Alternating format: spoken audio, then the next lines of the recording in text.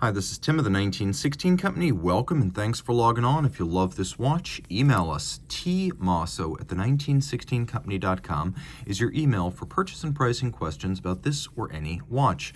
So today we are discussing an evolution of the Omega Seamaster Aqua Terra Worldtimer, launched in titanium for 2023. You can see this watch has titanium dial, titanium case, and a ceramic bezel for scratch resistance. 43 millimeters in diameter. It's very light, 14.3 millimeters thick and 50 millimeters from lug to lug tip, with a 21 millimeter spacing between the lugs. The original Aqua Terra Worldtimer came out in 2017 as a limited edition platinum timepiece with enamel dial.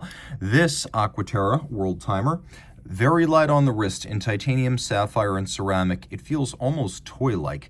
Now, it's a big watch, but you can see on my 16 centimeter circumference wrist, it wears just fine. So I think you could wear this watch on a wrist of my size or larger quite safely. It's not terribly thick, and with the slope of the bezel, which is almost a third of the height of the case, it will slide underneath a tight cuff or sleeve, so no problems on that front. The Aqua Terra has always been the surf and turf Seamaster that's welcome and polite company, and you could absolutely wear this with formal attire. Taking a quick look at the strap, it's substantial. We have a combination of medium and large scale alligator leather in gray with a lightly contrasting stitch. There is some bolstering or stuffing to add volume, and then you can see that we've got gussets sewn into the strap to prevent the pin of the buckle from gouging the strap. That ensures the strap will last longer. We also have calfskin on the bottom. You can see how that gusset is sewn in separately. It's a brand new Omega factory strap, no crimping, no gouging. We have Omega's long-running single-fold twin trigger buckle, so you press both triggers. You have to press both. Pressing one is not enough to open it up, so there's a lot of security when it's on the wrist.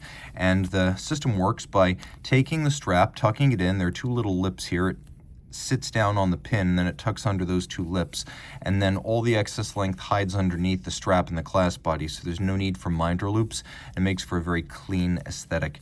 Like the case, this is all finished with satin titanium, and then the titanium here, as you can see, all brushed. We have lyre-style lugs where both the outward and the inner bevel. We've seen it on many Omega watches since the early 60s. We've got a crown that includes a combination of brushed and media-blasted surfacing. It is 150 meters water-resistant. This is a screw-down crown. The bezel is stepped and then faceted, and you can see that it has a satin finish on ceramic, making this bezel very scratch-resistant. That is one of the qualities of ceramic. We have blackened indices on the dial, and we have hands to match at center. Note that those hands are half satinated for better contrast against the monotone dial base. A vintage-inspired broad arrow minute. Note that all three hands are luminescent. So in the dark, we're going to do a lume shot now. You can see all three hands, and you can keep track of even seconds in the dark. All indices are appliqué. The watch features a world time complication, and if you look at center, there's a piece of hesselite or mineral crystal over the 24-hour reference ring that sits at center. If you want to stop everything, pull the crown out all the way, activates hacking seconds or stop seconds. You could pull the crown out to the intermediate position, which allows you to move the hour hand but not the minute hand, and it doesn't stop the seconds hand. It also doesn't displace the 24-hour reference ring. See how I can adjust the date forward or backwards as I cross the international date line? Now when I put the watch back in hacking or stop seconds mode, now everything moves in sync, and you can see that the 24-hour ring moves at half the speed of the local time. Your local time could be any one of the 24 primary time zones of the world. A couple of little notes here. You can see London or Greenwich Mean Time is in red. Paris time has been replaced by Omega's home city of Bienne. And a little note right there reminds you that most of this dial is made of titanium. The black semicircle on the 24-hour ring, those places where it is approximately night, and then the white one, those places where it is approximately day. So you could see, for example, in Moscow, when it is 12 noon, it is 12 midnight in Alaska. So that's how you read this. You read your local time adjacent to the reference ring, and that'll be one of these 24 cities or locations, and then you read your local time at center.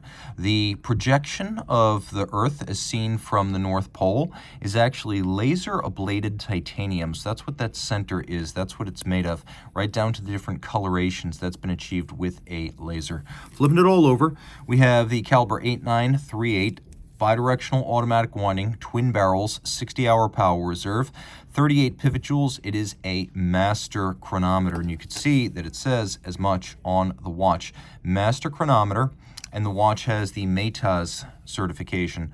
So it has everything the COSC gives you, but it is a fully assembled watch chronometry test in 6 positions, not 5, with exacting timing standards that go beyond the COSC. METAS also tests durability, winding efficiency, power reserve, and anti-magnetism. And with an anti-magnetic balance staff, escapement, and silicone hairspring, this watch is effectively amagnetic with resistance to over 15,000 Gauss or 1.5 Tesla. That's quite intense. The full balance bridge and free-sprung balance make it more shock tolerant. The free-sprung balance makes it more friendly to watchmakers who want to adjust it precisely. It's easier to adjust a free-sprung balance structure. And it has the George Daniels coaxial escapement, a double impulse direct and indirect sliding friction escapement. I should say tangential, in contrast with the sliding friction of a conventional Swiss lever. So the tangential friction creates less of the friction compared to sliding, with the result that you get more power reserve, better precision, and also fewer maintenance requirements. We have blackened screws. We have arabesque Côte de Genève across the bridges and rotor. And then we have engine turning on the base plate, plus a bevel that is mechanically applied but handsome, and again, all this water resistant to 150 meters. If you love this watch, reach out to Team Mosso at the 1916company.com for purchase and pricing details.